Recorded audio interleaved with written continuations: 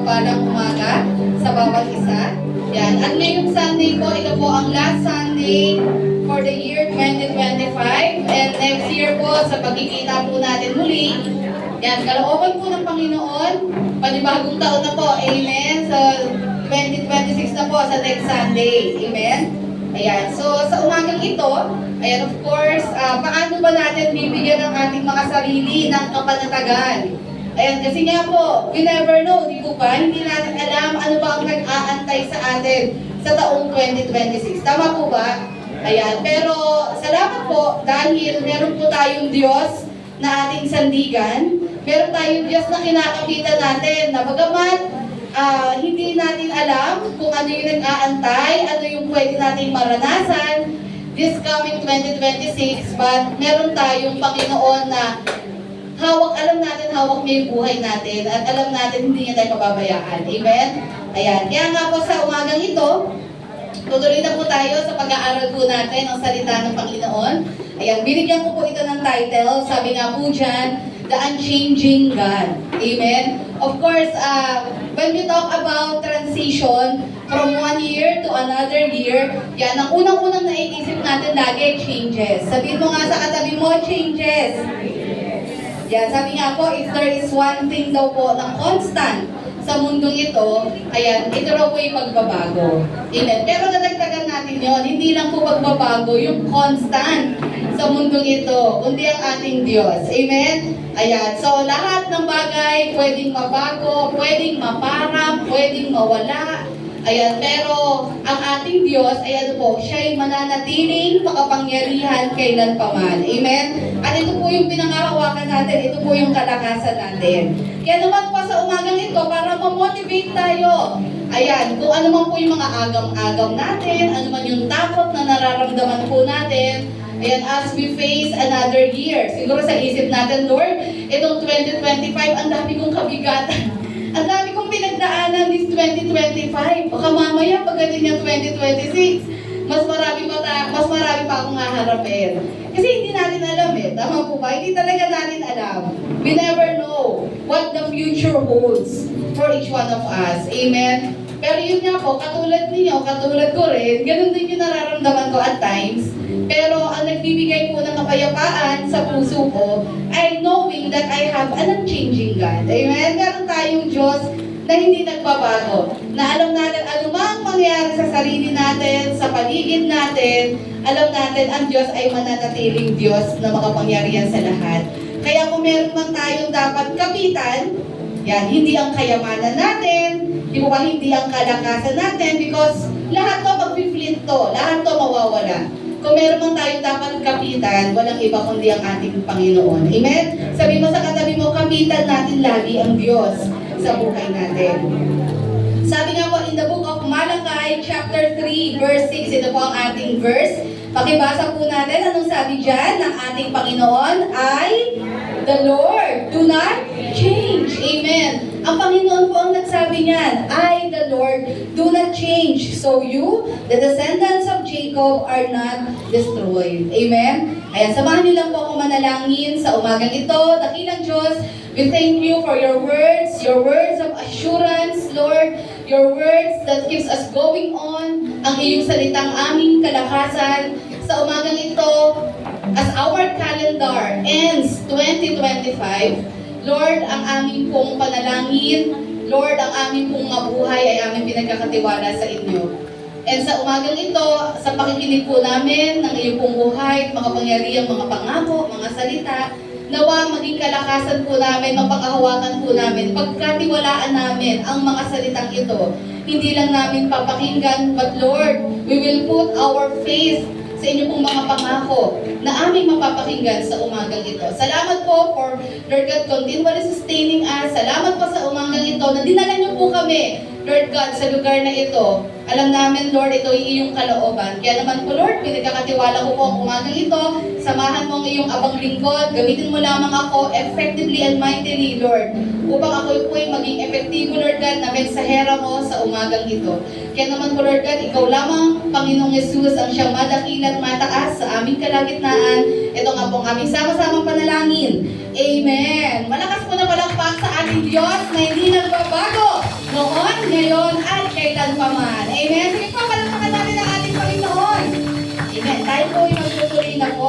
Ayan, sabi nga po, when we talk about New Year, dalawa lang yan eh. Either we're talking about change or we're talking about continuation. Ano ba doon para sa iyo pag sinabing bagong taon? Ayan, ito pa ay pagbabago. Yan, kaya nga po pag New Year, doon lang sumisikat yung term na New Year's resolution. Yan, ibig sabihin, ito yung mga bagay na aayusin ko, babaguhin ko sa sarili ko, i-improve ko sa sarili ko. Eh, wala namang masama doon. At least meron tayong desire na talaga mag-improve. Amen? Yon. Pero syempre, huwag na natin antayin yung kalendaryo natin pumatak ng panibagong taon para magkaroon tayo ng determination talaga na mabago. Amen? Kung kailangan na talagang mabago, kailangan na talaga natin na iayos yung mga buhay at sarili natin, ngayon na. Sabi mo nga sa katabi mo, ngayon na. Ngayon na ang panahon. Diba? Ngayon na po yung panahon. Amen? Yan, hindi ko alam bakit kailangan pang antayin ang 2026 para mag-diet, para mag-exercise. But we can do that now. Amen? Sabi nila, kasi marami pang kainan. Tapos ay Noche Buena. May medianoche pa. Maraming kainan, medyo masisira ang diet, ganyan. Or sa buhay natin, no? Pag may mga gusto tayong ayusin, yan, aantayin pa natin ang next year. Aantayin pa natin na ilang araw na lang yan. Ilang araw na lang po ba? 3 araw na lang. Alam niyo, tandaan nyo, yung taon, it's just a calendar. Ayun, no? Di ba? Kaya yung mga medyo wala na sa kalendaryong edad, sino ba dyan mga wala na sa kalendaryong edad? Welcome to the club! Ayan. Pag yung isip, ito na lang lagi yung isagot, it's just a calendar. It's just a number. Di ba? Ganun din po ang taon. Alam nyo, ang taon po ay ano lang yan. Ito po ay kalendaryo lang. So, ito po ay, we're following the Gregorian calendar. Di po ba? Ito yung sinusunod nating kalendaryo. Na kung saan ito pong taon ay 2025. And of course, after this 2026. Yan. Pero alam nyo po, for me, New Year is not just about change. Although pwede rin naman. At least, ang maganda doon, meron kang plano sa buhay mo. Meron kang gustong i-bago or improve. Yan. But ako personally, for me, New Year is about continuation. Sabi mo sa katabi mo, continuation.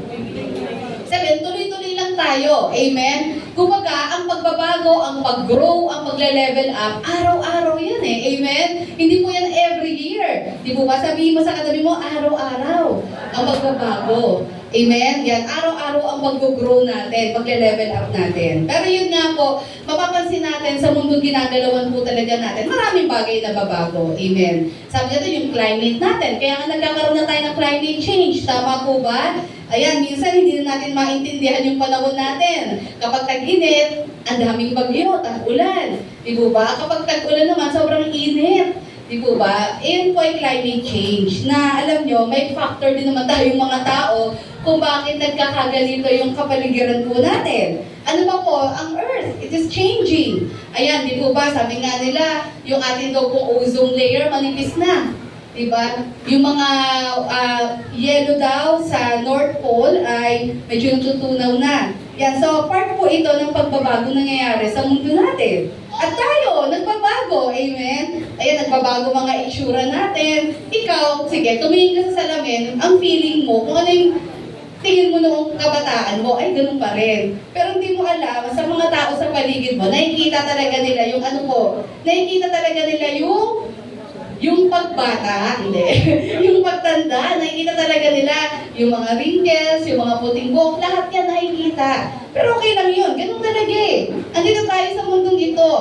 Amen, tayo po ay mga tao. So, subject po tayo sa pagbabago. Amen, nagbabago mga, hindi naman totally yung itsura. Nagbabago yung lakas natin, di po ba? May mga bagay rin nagbabago, may mga kaisipan din tayo, nagbabago minsan. Ayan. At ang ito yung nakakalungkot, itong mundong ginagalawan natin, ang nangyayari, parang nag-worsen eh. Parang mas lumalala. Amen? Which is actually, biblical naman yon, sinabi ng Lord naman yon, na talagang ano po, sasama ng sasama ang mundo. Amen? Sinabi talaga ng Lord, sa kanyang muling pagbabalik sa mundong ito, mas mag-worsen pa talaga ang mundo. Kaya nga as a Christian, dapat talaga tayo ay mas lalong kumapit sa Lord. Mas lalo talaga tayong maglingkod kasi mag-worsen pa ang mundo. Magiging terrible pa ang mga kaganapan sa mundong ano po, ginagalawan natin. Isang example po ng bagay na hindi talaga natin na-anticipate at ikinagulat po talaga natin lahat at hindi tayo naging prepared. Yan. Kung maalala nyo po, imagine, 5 years ago na ito, or magsi 6 years na, yung pandemic na nag-hit last 2020. Wala po nag-akala nun, walang nag-expect nun. Na-expect nyo po ba yun? Diba? Wala sa ating talagang naka-anticipate that there will be a pandemic as huge as this. Yung nangyari po, yung sa COVID virus. Walang nag-expect sa atin yun. Saya-saya pa natin. Di po ba nung Pasko, New Year, di po ba ang dami natin mga plans and goals, personally, sa ministry, di po ba sa mga buhay natin, sa family natin. Then all of a sudden, nag-lockdown. At dito nakita natin, no, nakita natin hindi prepared ang bawat isa. Kahit government natin hindi prepared.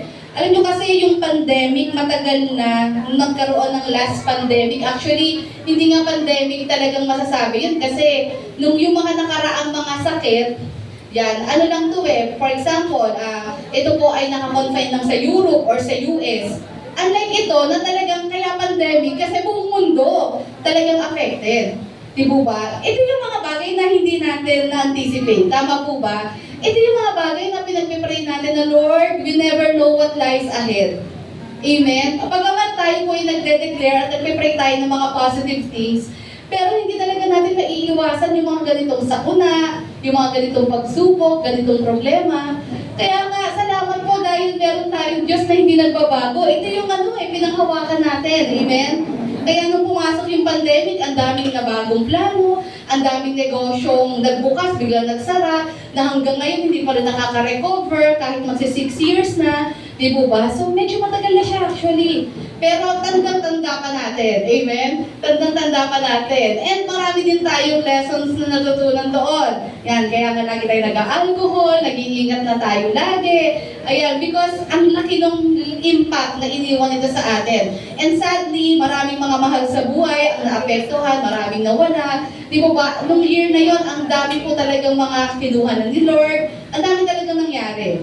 At hindi po talaga natin na-anticipate yun. Pagpapakita po talaga yon ng limitations natin bilang mga tao. And that is one thing na kinatatakot natin. Kaya tayo natatakot because hindi naman natin kayang kontrolin lahat ng bagay. As much as we want to control everything, ganyan tayo mga tao As much as we want everything to be under control, pero hindi ganun Hindi talaga ganun.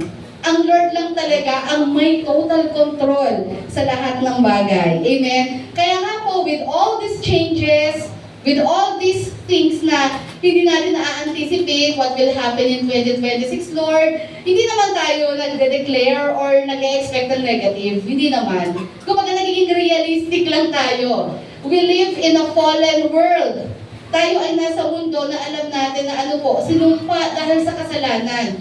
So, expect talaga tayo na bagamat nandiyan din syempre yung mga good things, positive things, pero hindi talaga mawawala yung yung mga not so good na events sa buhay natin. Kaya nga po, ang tanong sa umagang ito, saan ba natin ilalagak yung pag-asa natin sa lahat ng ito?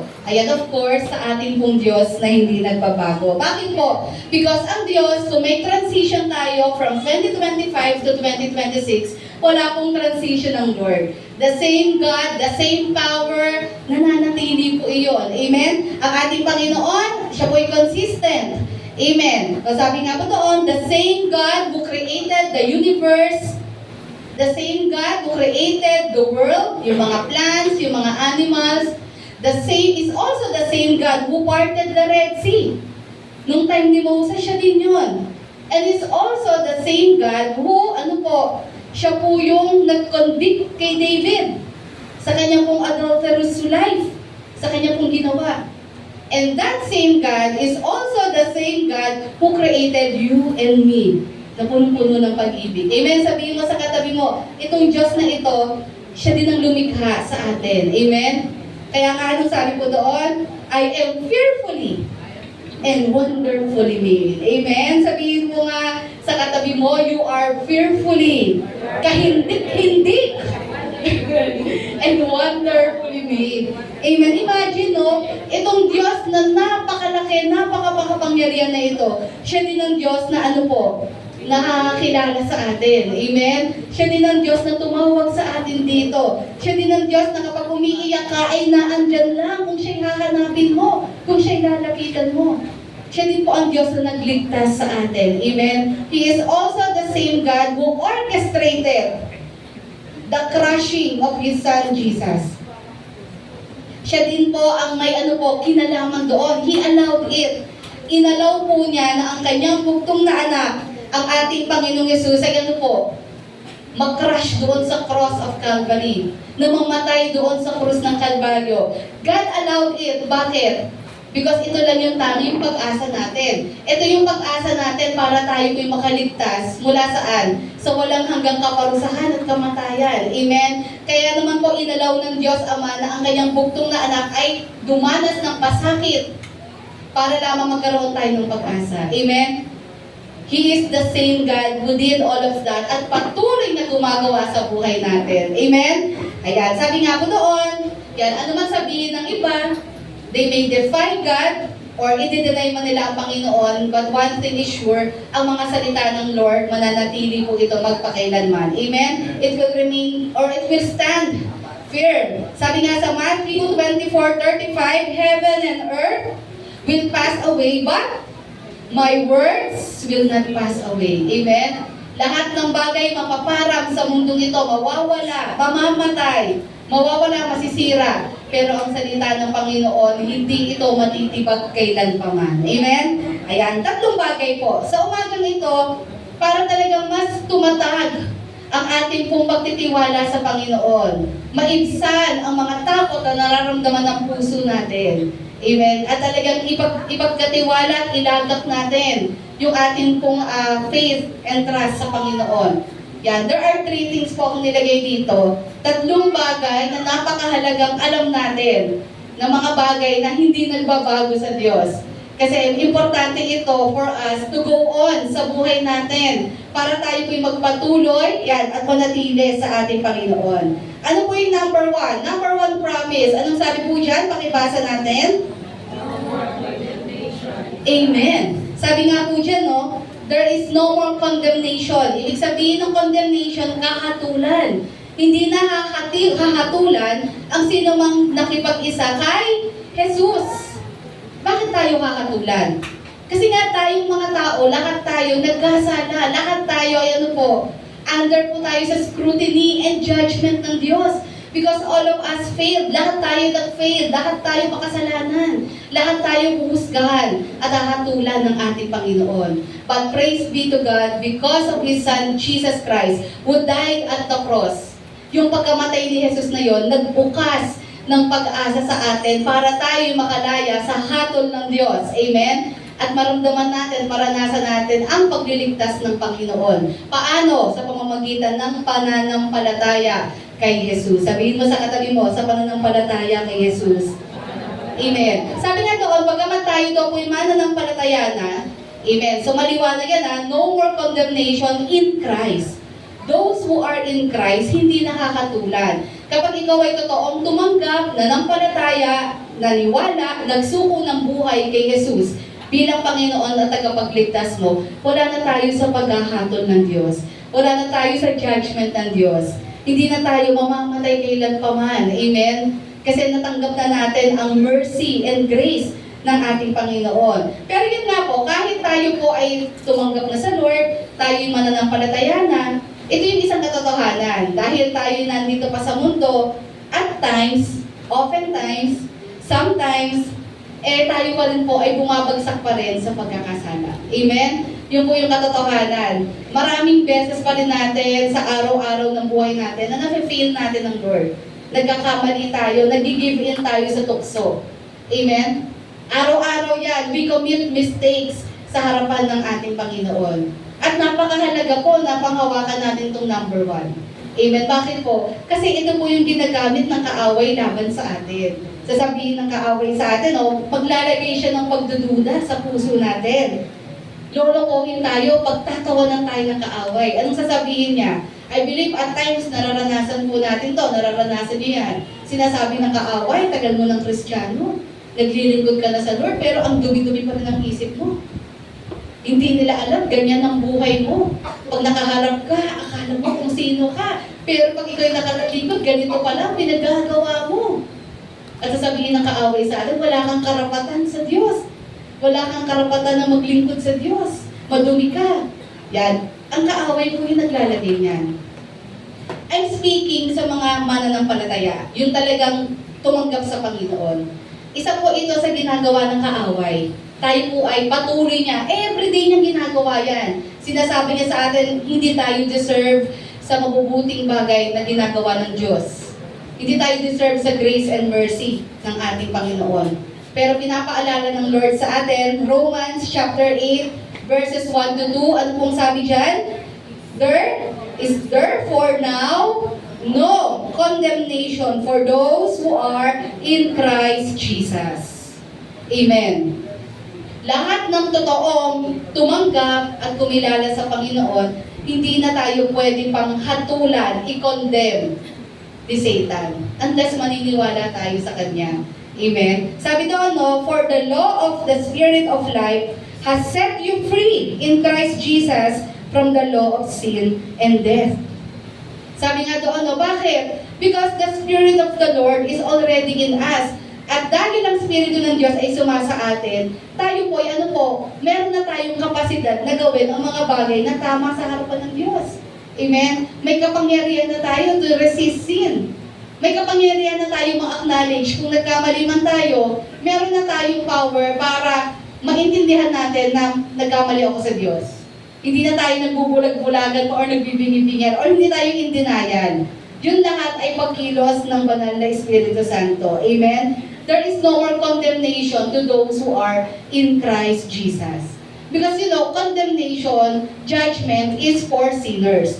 Yes, lahat tayo ay makasalanan. Pero itong condemnation and judgment ay para sa mga tao na hindi pa naglalagak ng kanilang buhay kay Jesus.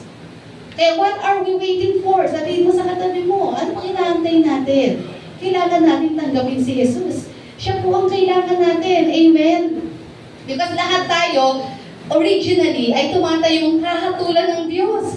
Pero dahil kay Jesus, dahil sa ginawa niya sa krus ng Kalbaryo, dahil tinanggap mo, pinaniwalaan mo yon, sinuko mo ang buhay mo sa Kanya, mula sa pagkakahatol ng Diyos, tayo po'y hindi nakakatulan ng Diyos. Kundi mararanasan na po natin yung pangako ng Diyos na kaligtasan at buhay na walang hanggan. Sabi nga when the Lord declared us righteous in Christ, we truly are. Amen? Pag ang Diyos ang nagdeklara na tayo'y matuwid na, dahil kay Jesus, hindi dahil sa sarili natin, dahil kay Jesus, sabi mo sa katabi mo, dahil kay Jesus. Talagang tayo po ay matuwid na. Amen? No person, not even Satan, can change or manipulate his rightful judgment. Amen? Kaya kasi Satan, ang tawag sa kanya ay accuser. Yun lang naman ang magagawa niya ngayon eh. Ang taong tumanggap kay Kristo, ang Kristiyano, wala nang kapangyarihan sa Satanas sa atin. Pag wala ka kay Kristo, yes, kaya kanyang kaya kanyang i-manipulate pa. Kaya niyang mag-rule over sa buhay mo. Pero kung totoong Kristiyano ka na, wala na siyang kapangyarihan. Unless, hinahayaan mo. Unless, binibigyan natin siya ng right sa buhay natin. Because as a Christian, kapag Kristiyano na tayo, accusation na lang ang pwede niyang gawin. Anong i-accuse niya sa atin? I-accuse niya, ibabalik niya sa atin yung mga dati nating ginawa. Pabalikin niya yun. Di ba ganito ka noon, ganito ginawa ko sa magulang mo, sa kapatid mo, inagaw mo yung ganito, ganyan-ganyan. Napagkapat ang mga bagay na yun, ay matagal na, sinurrender mo na sa Lord, hiningi mo na ng tawad din sa Panginoon, at alam naman natin ng Lord, nagpapatawad siya kapag buong puso talaga tayong humingi ng tawad. Amen? Pero ito yung trabaho ni Satan. Patuloy niyang ibabalik yung mga accusation na yun sa atin. Hindi po ang Lord ang bumubulong yan sa atin. Amen? Kapag Kristiyano ka na, hindi na yan ibubulong ng Lord sa atin kasi nilinis na yan ang banal na dugo niya nung tinanggap mo siya. Amen? Sino po yung bumubulong na yan? Si Satan yan. Ano ginagawa niya?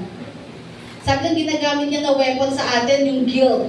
Ayan, so depende sa atin kung magpapa-apekto tayo sa kanya. Amen? Kasi ang gusto ni Satan ay ma-withhold tayo sa Lord. Hindi tayo totally magamit ng Panginoon. Yun ang goal niya. na hindi natin ma-experience yung peace and joy sa piling ng Panginoon. Amen? Ang gusto niya, araw-araw, makaramdam tayo ng guilt. Makaramdam tayo na wala tayong kwentang tao. Maramdaman natin na hindi tayo karapat-dapat sa Diyos. Tandaan po natin, kahit sino pa tayo, ano man po ang naging buhay natin, gaano man kadilim yung nakaraan natin, kung ikaw ay totoong nagsuko na ng buhay mo kay Jesus at nanampalataya sa Kanya, we are already free indeed. Amen? Pinalaya na tayo ng Panginoon sa mga bagay na yan. Paniwalaan natin ang sinasabi ng salita ng Panginoon. Kesa yung mga bulong-bulong sa paligid po natin. Yan po ang ginagawa po ni Satan sa atin eh. Amen? Sinisira niya yung peace, spiritual peace sa atin. At alam nyo, as time goes by, yan ang lagi niyang gagawin sa atin.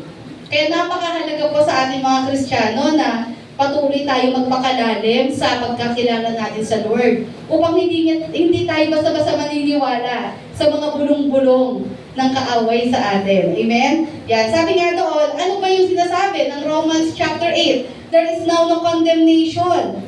Ang sino mang na kay Kristo na, tumanggap kay Kristo, ay hindi nakakatulan. Bakit?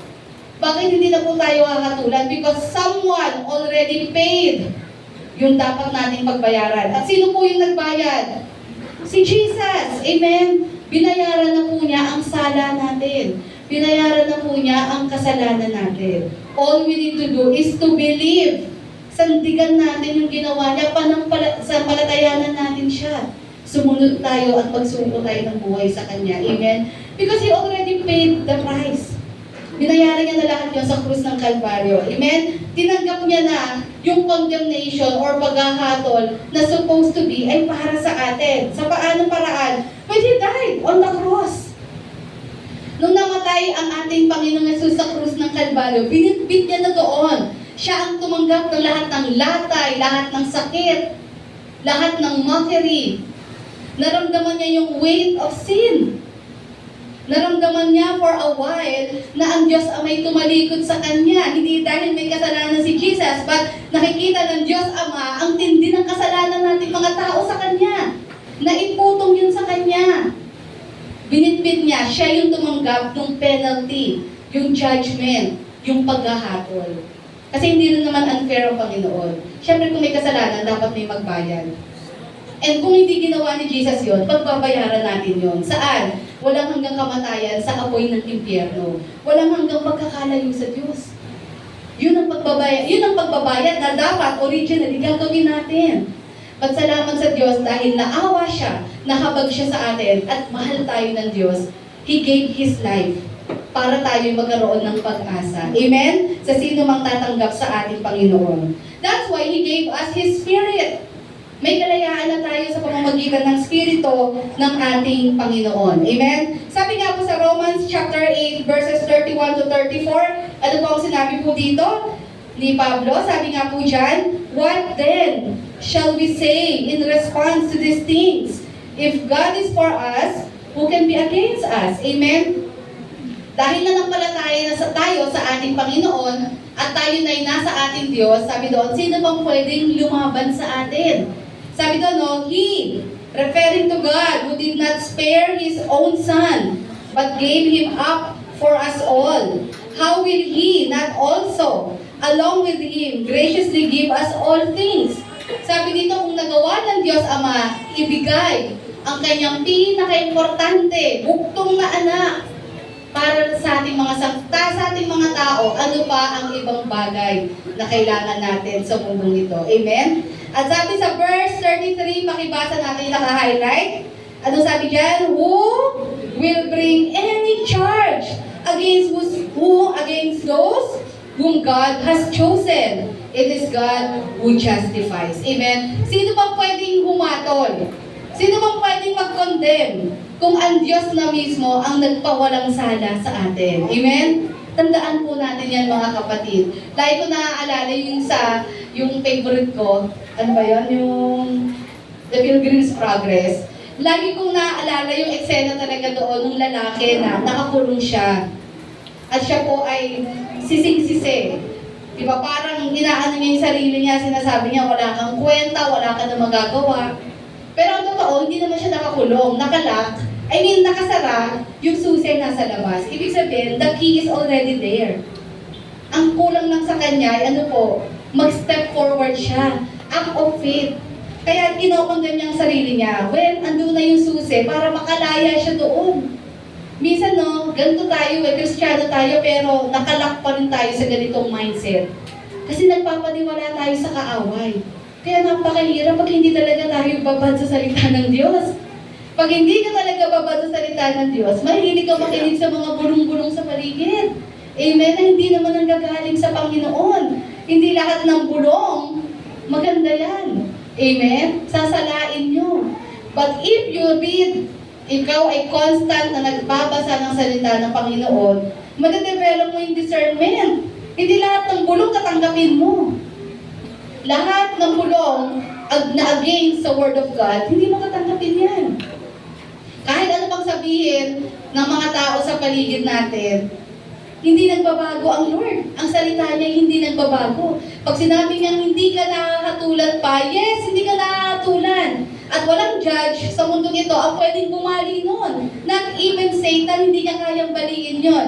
Kasi ang totoong may karapatan lang humatol ang Diyos. Eh kung ang Diyos mismo nagpawalang sala sa atin, then we are free indeed. Amen? Sabi mo sa katabi, we are free indeed because of Christ. Amen? Yan, number one, sabi nga po dyan, na panghawakan po natin, there is no more condemnation in Christ. Ang salita ng Panginoon, hindi yan nagbabago. Pag ikaw ay totoong nanampalataya sa Kanya, then pinalaya na talaga tayong tunay ng ating Panginoon. Pinawalang sala tayong tunay ng ating Panginoon. Kaya huwag tayong maniniwala sa bulong ng kaaway. Amen? Tayo po'y magpatuloy. Yan. Pero syempre, siguro bago ako pumunta sa number 2, kailangan din, sabi ko nga, as a Christian, may discernment. Baka naman mamaya, may mali talaga tayong ginagawa. Ayan, so baka gamitin din natin ito as a license para sabihin, naku, ang kaaway lang yung bumubulong sa akin na mali. Pero ang totoo, may mali tayong pamumuhay. May mali tayong iniisip. As a Christian, because the Spirit of the Lord is in us, aware tayo dyan. Alam natin kapag may pinapasok tayong mali, may ginagawa tayong mali, may iniisip tayong mali, kapag meron talaga tayong maling ginagawa, magpatuwid tayo sa Diyos. Amen? Huwag natin gamitin yan. Hindi na ako kakatulan pa dahil ako'y na kay Kristo na. Ginagamit mo lang yan para magkaroon ka ng lisensya na mag-proceed sa maling pamumuhay. Hindi ganon. When you're in Christ, ang goal na natin is gawin ng tama. Amen? Hindi yung gagamitin natin yung grace ng Lord para magpatuloy sa mali. Hindi, salvation yan, hindi yung kaligtasan. Ang kaligtasan should lead us towards Christ-likeness. Towards doing what is good, what is better, what pleases the Lord. Hindi natin gagamitin ng Lord para ma-justify ang maling gawain natin. Amen? Yes, marami pang dapat ayusin ng Lord sa atin. Tama po ba? Marami pang aayusin, babaguhin ng Lord sa atin. Maging humble enough tayo na ipatama sa Panginoon kung ano man yung dapat ayusin sa buhay natin. Kasi lahat to ginagawa natin para sa Diyos. Mahal natin ang Diyos. Amen? Ayan. Number 2. Ano yung mga bagay na hindi nagbabago sa ating Panginoon? Anong sabi sa number 2? He is matchless and limitless. He is matchless and limitless in power. Ibig sabihin, wala siyang kapantay. At ang kanyang kapangyarihan ay hindi nauubos. Amen? Kayo po ba, tignan nyo, kumusta ang inyong mga katabi? May power pa ba? Baka naantok na, tulog na. Sige po, medyo, kailangan ng recharge. Tayo mga tao, nauubos ang power natin. Amen? Ika nga nila. Di ba? Sa cellphone lang naman yan Nalolobat. Pati tao doon, nalolobat na din. Ayan. So, ako, ganyan ako May mga times talaga, siguro sa personality ko yun, na kapag talagang the whole day, may oras talaga ako, pag medyo tahimik na ako, sabihin, wala na talaga. Kailangan na mag-recharge. Hirap talaga, no? Kasi, alam nyo, part na limitation natin bilang tao. Limited talaga yung strength natin, yung power natin. Di po ba? Kaya nga tayo pinapatulog ng Lord. Kaya pag natutulog, pinapatulog, matulog. Pero sabi mo sa katabi mo, huwag ka dito matulog. Sige, sabi mo, huwag ka dito matulog. Kasi sinabi ko, pag inaantok, matulog. Ayan. Pag humikap ka na, ibig sabihin niya, that's a sign. Alam niyo ba, pag humikap ka na, yan ay senyales na you need to rest. Sinasabi ng katawan, magpahinga ka na. Ayan. Pero syempre, wag dito ha, baka dito kayo matulog. Ayan, pag-uwi nyo na. Matulog kayo sa tamang oras ng pagtulog. Di po ba? Mamayang gabi, kasi yung iba kasi nagpapakapuyat eh. Tapos sa umaga, antok na antok. Paano? Nagpakapuyat kung ano ginawa. Pag sinabi ng katawan, humikab na, matulog na. Amen? Ayan, kasi nga tayo mga tao, limited tayo. So, kailangan nating matulog, kailangan nating kumain, kailangan nating gawin yung mga bagay na yan. Because humans tayo. Amen? That our God is matchless and limitless in power. Ibig sabihin, dumaan man ng ilang siglo, di ba, siglo, ilang dekada, ilang taon, ilang milenyo man ang dumaan, yung kapangyarihan niya, it stays the same. Makapangyarihan siya. Tayo, tumatanda, hihina, lumalabo na ang mata, di ba? Lumalabo na rin ang paglakad-lakad, ay lumalabo yung paglakad. Nahirapan na rin maglakad, yung mga bewang natin, di ba? Medyo hirap na sa pagbangon, kung minsan, madali nang mapagod. Because we are human beings, we are finite being, limited lang tayo. May hangganan tayo, hindi tayo immortal, tayo yung mamamatay. But ang Diyos, sabi niya doon, He is limitless. He remains powerful. Ano man ang mangyari. Kahit pag nakikita natin sa paligid natin, bakit parang mas nagpa-prosper ang evil? Bakit parang mas nagpa-prosper ang darkness? Kahit sa tingin mo, mukhang nagpa-prosper ang gawa ng kaaway sa paligid natin, tandaan pa rin natin. Hindi pa rin ibig sabihin na napabawasan ang kapangyarihan ng Diyos. He is always high and mighty. Makapangyarihan siya. There's always a reason for everything na nangyayari. Sabi nga ito, every day we need miracles. Amen? Gaano kahalaga ang katotohanan that His power is matchless and limitless. Araw-araw kailangan natin ng miracles. Tama po ba? We need healing. We need deliverance. We need salvation, kaligtasan. Kaligtasan natin, ang pamilya natin, spiritual, physical salvation. We need empowerment. Amen? Kailangan natin yan, especially in the ministry. Kung wala ang kapangyarihan ng Lord, hindi rin naman tayo magagamit ng Panginoon. Amen? And of course, we need power in order for us to transform our lives from glory to glory. Amen? Hindi natin kayang magbago on our own. Kailangan natin ng kapangyarihan ng Diyos para mangyari yon. That's why napakahalaga po ang katotohanan na ang kapangyarihan ng Diyos ay walang katulad, walang kapantay, at hindi po nauubos ang kanyang kapangyarihan. Amen? Sabi nga po doon, ayan, battles, temptations will still come our way. Tama po ba? This coming 2026. Ayaw po natin yan, pero ito ang reality. Darating at darating yung mga yan sa buhay natin. As long as we are here sa mundong ito, darating ang mga pagsubok, ang mga temptations, ayan, ang mga laban sa buhay natin. We need someone whom we can trust to. Someone who will never fail. To whom we can cling on for strength and deliverance. Amen? Alam natin marami tayong kakaharapin. Pero alam din natin, Lord, limited lang ako. Hindi lahat ng battles talaga kaya ko. Hindi naman talaga natin kakayanin lahat yan on our own. That's why we need someone who is unfailing.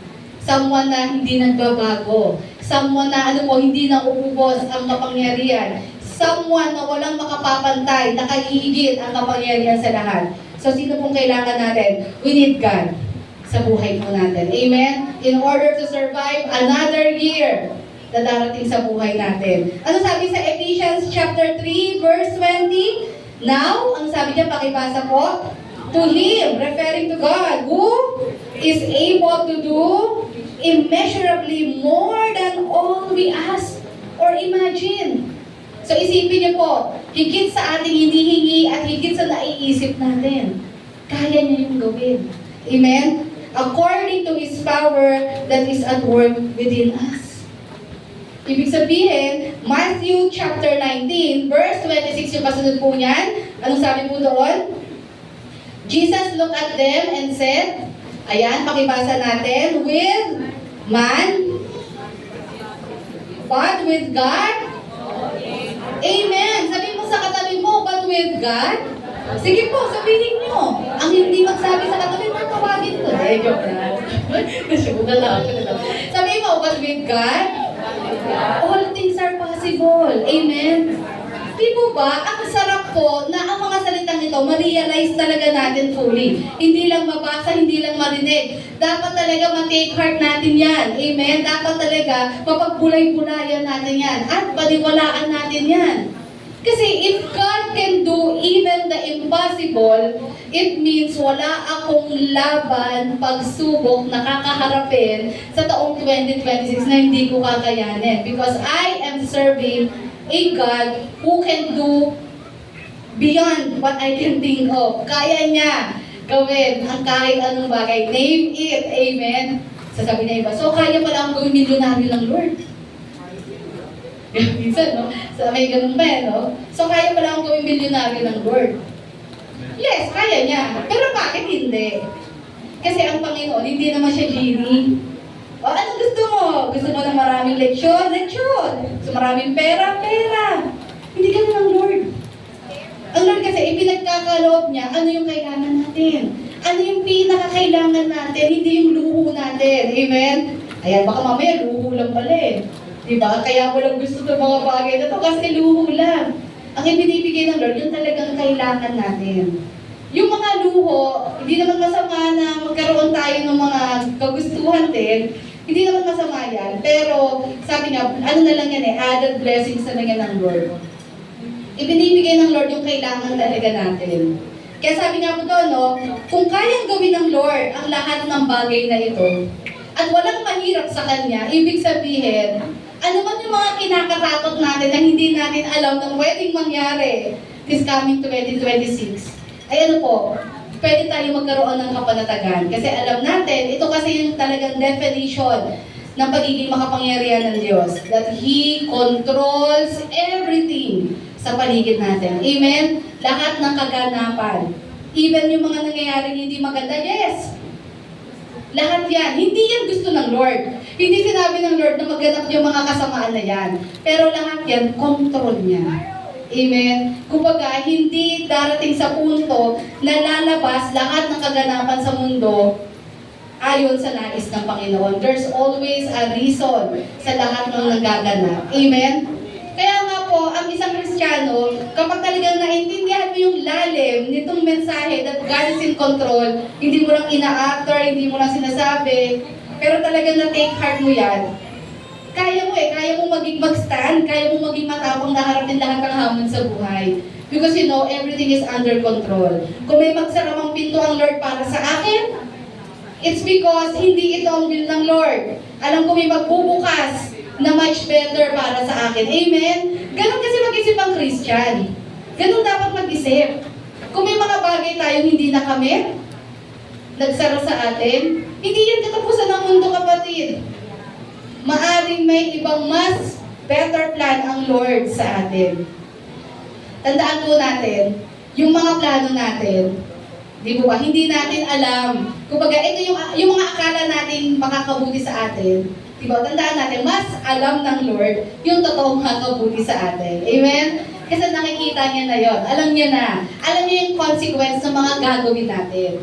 Kaya nga ang Panginoon, ginaguide niya tayo kung saan niya tayo nais. Amen? Kung may mga bagay man siyang hindi pagkaloob sa atin, kung may mga bagay man na, kumbaga parang may mga changes man na gawin ng Lord sa buhay natin, this 2026, the best that we can do is sumunod tayo sa daloy ng Diyos. Amen?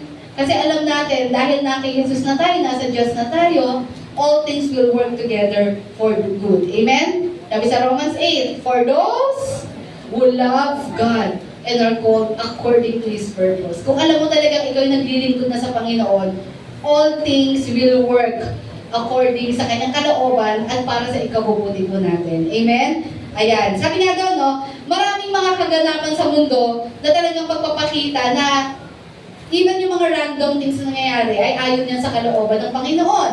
Di ba? Sabi nga sa Proverbs 16:33, the lot is cast into the lap, but its every decision is from the Lord. Minsan gumagamit tayo ng cast lots, no, pag may mga desisyon. Sige, katulad sa mga disciples, sino ba ang papalit kay Judas? Di ba? Nagkaroon sila ng pagka-cast ng lots. Di ba?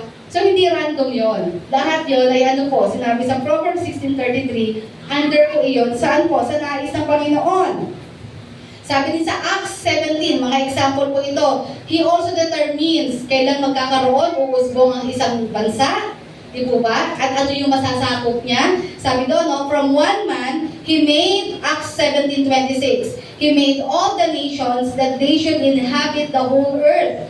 And He marked out their appointed times in history and the boundaries of their lands. Amen? Even yung pagkakapanganak sa atin sa henerasyon na ito. Amen? Ito po ay binark out ng Lord under His power, under His control, His sovereign will.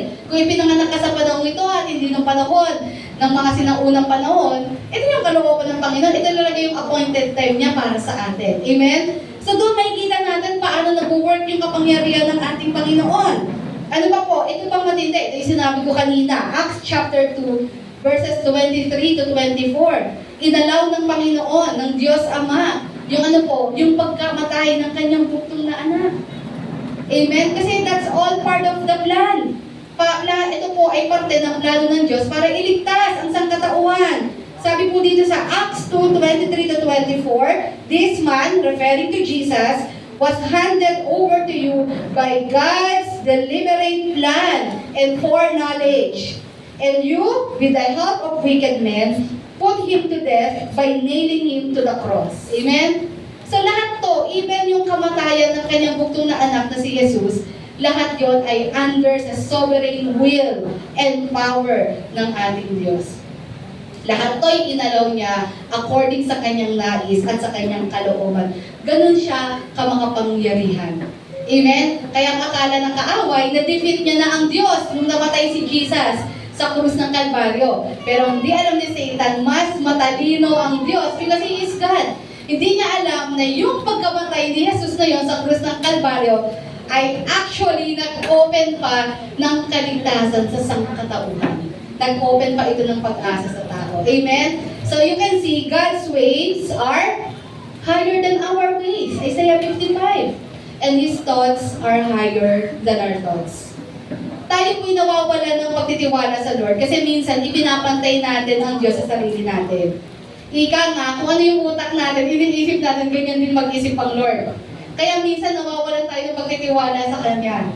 Kasi bilang tao, pag may problema tayo, may mga plano tayo. Plan A, Plan B, Plan C. Di po ba? Ganyan din po ba kayo? Kunyari, naka-encounter ka ng problem.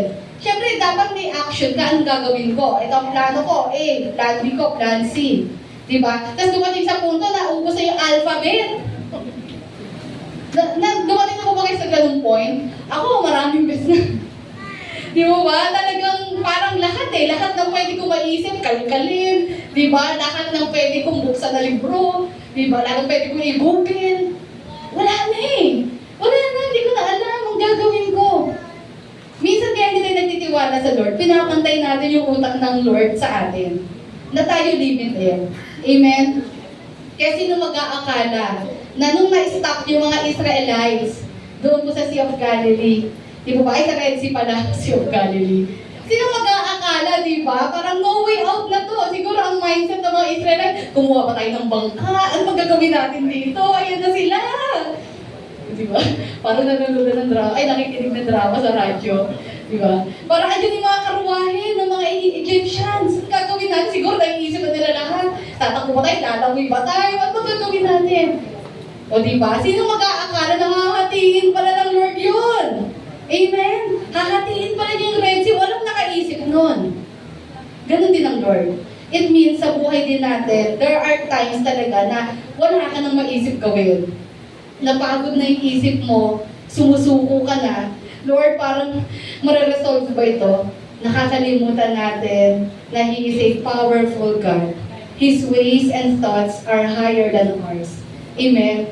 So kung nagawa niyang i-part ang Red Sea, kaya niya rin gawa ng imposible kung meron tayong bagay na hinihiling at pinapanalangin sa Kanya. Amen? Kaya kung ano man yung 2026, ano man ang mangyari, let us cling on to the fact that God is in control, that He is powerful. Amen? Alam niya lahat ng bagay.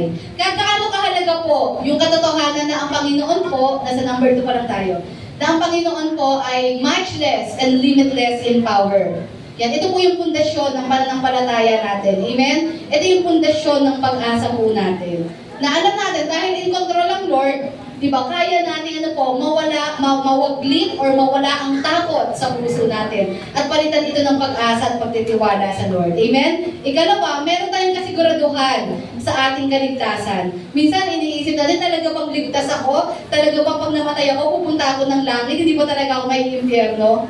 So the fact that God is powerful, it means may kapangyarihan siyang iligtas tayo. At pag sinabi niya tayo'y ligtas, dahil kay Jesus, tayo ay talagang ligtas. Amen? Kaya niya tayong iligtas. So huwag natin pagdudahan yun. And para tayo ma-empowered to live the life na gusto ng Panginoon. Kasi sabi ko nga, kung tayo lang, mahirap. Mahirap tayong mabuhay kung sa sariling lakas natin na nabubuhay, na nagbibigay ng kaluguran sa Panginoon. Hindi talaga natin kaya yon. But the fact that God is a God of impossible, di ba, na kahit imposible kaya niya, ibig sabihin, yung buhay natin, kayang ayusin niya ng Lord. Amen? Sa umagang ito, kung sa tingin mo, ang daming dapat ayusin sa buhay mo, ang daming pagkakamali, ang daming dapat ituwid, parang hopeless case ka na kung sa tingin mo. Hindi ka hopeless case kapag pinagkatiwala mo ang buhay mo na yan sa Lord. Amen? He is powerful. He is powerful enough to transform you. Kung talaga magtitiwala ka at susunod sa Kanya. Amen? And of course, sa mga panalangin po natin, may confidence tayo na as we come to His presence, ano mang pinagdadaanan natin sa pagpipray natin, alam natin, He hears us. Alam natin na ano po, may gagawin ng Panginoon sa bawat panalangin natin. Amen? And of course, security and ano po, peace. Napakahalaga po nito. Amen? Yan. Kung meron mang tayong pinagpe-pray, no? Peace of mind. Sino nagpe-pray dito ng peace of mind? Napaka-importante niyan.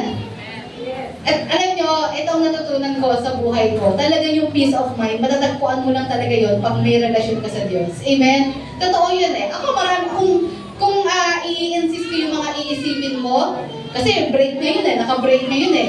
Marami akong iniisip, marami akong pinoproblema. Kung iisipin ko yun, talaga, problema ako, mai-stress talaga ako. Pero salamat sa Diyos, because of who He is, I can find confidence, di ba? And peace sa Kanya. Na Lord, next year, may mga haharapin, pero itinataas ko na lahat sa'yo. Amen? Hindi mo to sinasabi dahil for the sake lang na sabihin, but with full confidence and peace and trust, Lord, tinataas ko na lahat ng aalalahanin na ito sa iyo. Kasi alam ko, kontrolado mo lahat ng bagay. Amen? Ayan, kaya number 2, ano sabi dyan? Much less and limitless in power. And last, number 3, na hindi nagbabago. Amen. Ano po yun? Pakibasa? Love. Okay, love unfailing. Ang kanyang pag-ibig, binalibaligtad pa, no? Pwede ma-unfailing love na lang.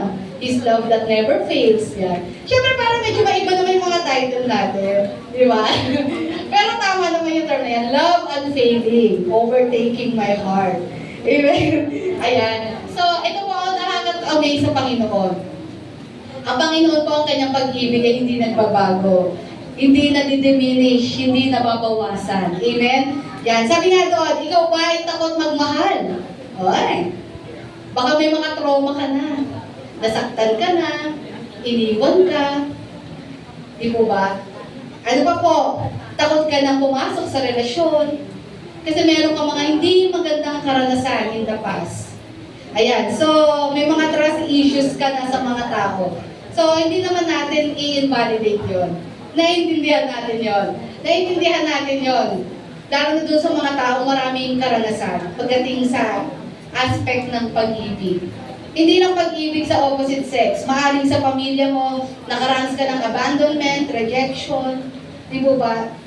Hindi ka nakaranas talaga na paano pa mahalin. Yan. Kung hindi ka nakaranas, paano ba alagaan? Lahat ito'y naipagkait sa iyo. Diba? Sabi niya doon, because ito yung isang malungkot na katotohanan. Tayong mga tao po, when it comes to love, inconsistent po talaga tayo dyan. Amen? Ayan, madaling sabihin mahal, pero madalas nag-fail tayo sa area na iyan. Tama po ba?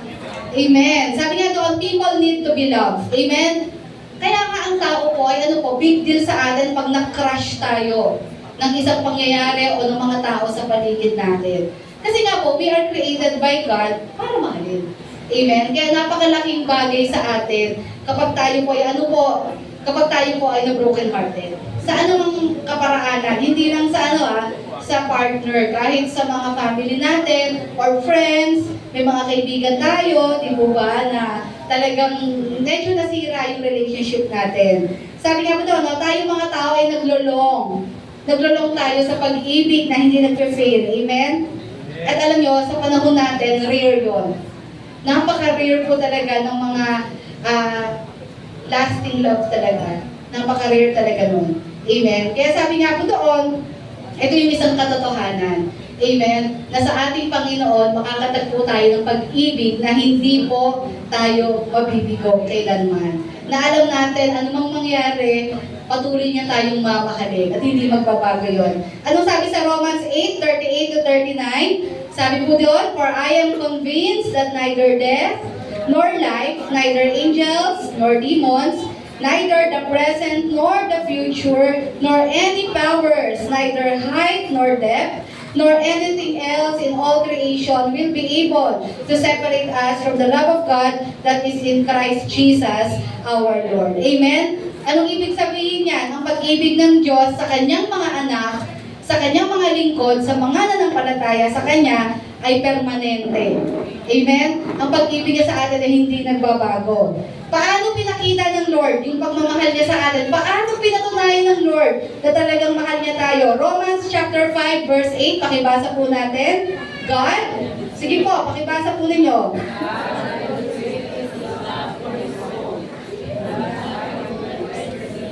Christ died for us. Amen? Paano pinakita ng Lord ang totoong pag-ibig?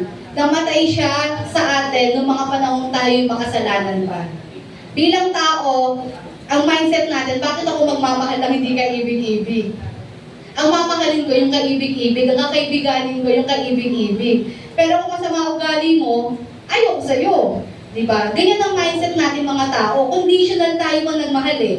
Nagmamahal tayo, depende saan. Kung sino ka, anong karakter mo. Pero hindi ganun ng Diyos.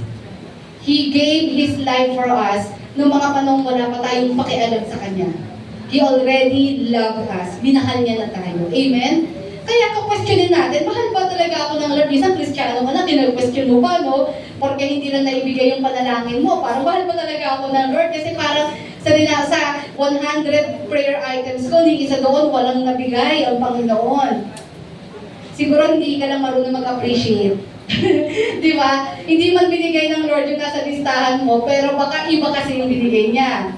Na alam niyang what's the best para sa iyo. Amen? Ganun ang Kristiyano mag-isip. Not exactly nasa listahan natin. Maging appreciative tayo kung ano man yung ibigay ng Lord sa atin. Kasi yun yung the best para sa atin. Amen? So dito no, it's easy to love a lovely person. Totoo naman. Pero pinakita ng Lord sa atin na ang totoong pag-ibig ay ano po? Ay para sa mga hindi karapat-dapat. Para sa mga unlovely. Kaya nga diba ang turo sa atin ni Jesus, we should love our enemies.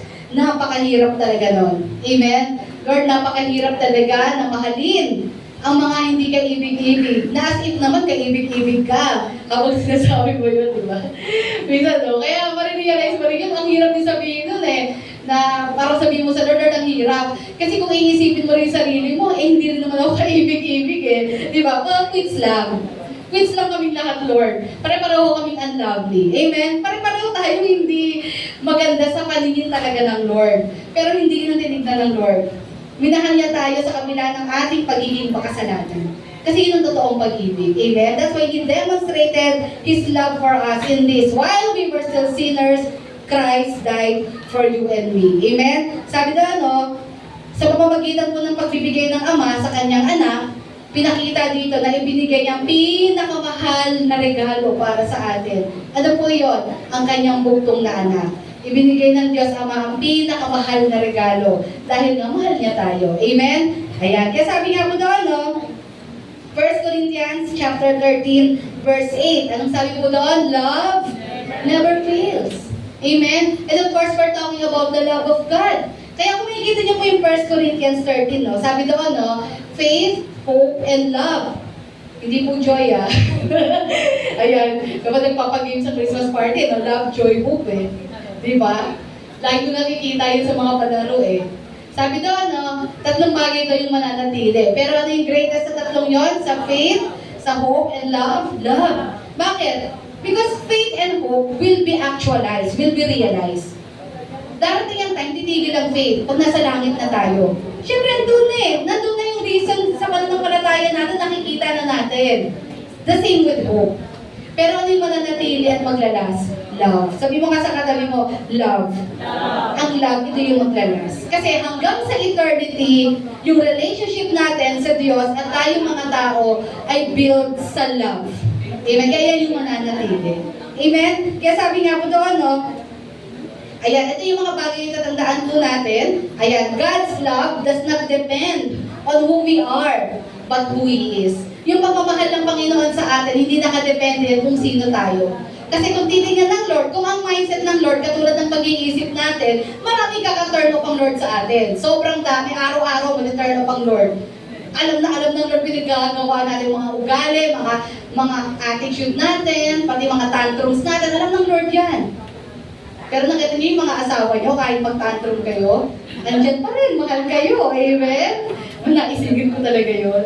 Diba? Kaya salamat Lord, pag-pray natin yung mga asawa natin. Kahit nakita na nila lahat ng mga inis natin, ugali natin, but still, di ba? Pag-pray natin yung lasting relationship. Pagharian talaga ng Panginoon. Pero yun nga, sabi ko, ang pag-ibig kasi ng Lord, hindi nakadepende kung sino tayo, kundi kung sino siya. Amen? Kaya hindi tayo mag-worry na, Lord, baka mawala yung magmamahal ng Lord sa akin kasi ganito ginawa ko, nagkamali ako. Kung magkamali tayo, humingi tayo ng tawad sa Lord. But rest assured, hindi nagbabago yung pagmamahal niya sa atin. Amen? Huwag natin siyang itulad sa tao. Sabi nga doon, ang pag-ibig ng tao, sometimes nag-fail. Minsan, sasaktan tayo ng mga tao, tatalikuran tayo ng mga tao, kalilimutan tayo ng mga tao. Pero ang Panginoon, hindi niya gagawin yun sa atin. He will never abandon us. When He said, I will never leave you nor forsake you. Amen? Kalimutan ka man ng lahat ng tao, pero hindi ang ating Panginoon. Amen? At sabi nga doon, ang pag-ibig ng Lord should not tolerate us para gumawa ng mali, but should motivate us na ano po, to live a life that pleases Him. Dahil nga ganito kaganda, kalawak ang pag-ibig ng Panginoon sa atin, hindi dapat ito magtulak sa atin na gumawa ng mali. Di ba na, total, mahal naman ako ng Lord. Sige Lord, gawin ko to, magpapatawad ka naman. No. Then you do not love God pag ganun ka mag-isip. Pag talagang mahal mo rin ang Panginoon, di ba, yung pag-ibig niya should motivate you to do what is right. To do what is good, what is pleasing in His sight. Gagawa ka ng mga bagay na magpapangiti sa Kanya araw-araw. Nakikita man ng ibang tao o hindi. Ang mahalaga, alam mo nakikita ka ng Lord. Wherever you go, may tao man o wala, alam ng Lord ang pinagagawa mo. Kaya, ang iyong goal ay mabigay siya ng kaluguran. Yun yung pag-ibig natin sa Kanya. Amen? And sa pagtatapos natin, tayo may tumayo. Sabi nga po doon, things will continue to change. Amen? For our conclusion, yan, ang pagbabago, sabi nga, is something na constant. Talagang meron yan, mangyayari talaga yan, laging may pagbabago. In the world around us and in our lives. Amen? Maraming magbabago sa atin.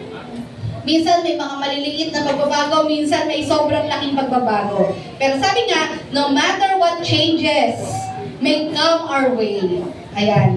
Meron tayong solid rock. Kaya nga nilagay ko dyan rock eh. Sino nare-represent ng rock sa Bible? Jesus. Meron tayong solid rock, katulad ng rock na napakatibay. Yan, ganyan din ang ating Lord, whose character and promises remain firm. He does not change yesterday, today, and forever. Amen? Meron tayong Panginoong Yesus na hindi nagbabago ang ugali at ang kanyang mga pangako ay nananatili. Magbago man ang panahon, magbago man ang mga sitwasyon, di ba, lumipas man ang mga panahon, but He remains the same. At ito po yung panghahawakan natin. Lord, another year, but I know You are the same, lovely, You are the same God na paaasahan ko sa buhay ko. Amen? Kaya sabi nga po sa Hebrews 13:8, Jesus Christ is the same yesterday, today, and forever. Amen? I hope itatak natin yan sa puso at isip natin. Amen? Para hindi tayo madaig ng takot, madaig ng pangamba. Pagkus, mapalitan ito ng pagtitiwala sa ating Panginoon. Kaya sabi niya, let us continually put our hope and trust in Him as we enter 2026. Amen? Ayan, so pag tayo po nag-welcome ng 2026, ang pinaka-the best na gawin natin, hanggat maaari, kung tayo magpaputok, mag-pray na lang tayo. Mag-pray tayo as a family. Amen? Diba? Na pagkakatiwala nyo, anuman ang mangyayari sa taong 2026. Lord, we lift everything unto you. And let us declare who He is. Ideklara natin ang kapangyarihan niya. Ideklara natin ang goodness niya, ang pag-ibig niya. Amen. Yan ang pinaka-the best ng pag-welcome sa 2026. Bitbitin natin yung faith natin sa Panginoon. Yan, sa pagpatuloy ng buhay natin sa taong darating. Amen? Yan, tayo po'y manalangin sa oras na ito. Salamat po ng inang Diyos sa iyong mga salita na ang po na pagbulay-bulayan. At sa umagang ito, nawa ito po'y nagbigay, Lord, ng lakas ng loob, paninindigan, pagtitiwala at pananampalataya sa bawat isa. Maraming salamat sa taong nagdaan, 2025. Pwede po ba tayong mag-usal ng pasalamat sa Lord? Ito pong taong 2025, pasalamatan natin ang Panginoon sa lahat ng mga ups and downs, mga highs and lows na naranasan natin. Sige po, magpasalamat natin sa Lord. And sa lahat ng ito, iningatan,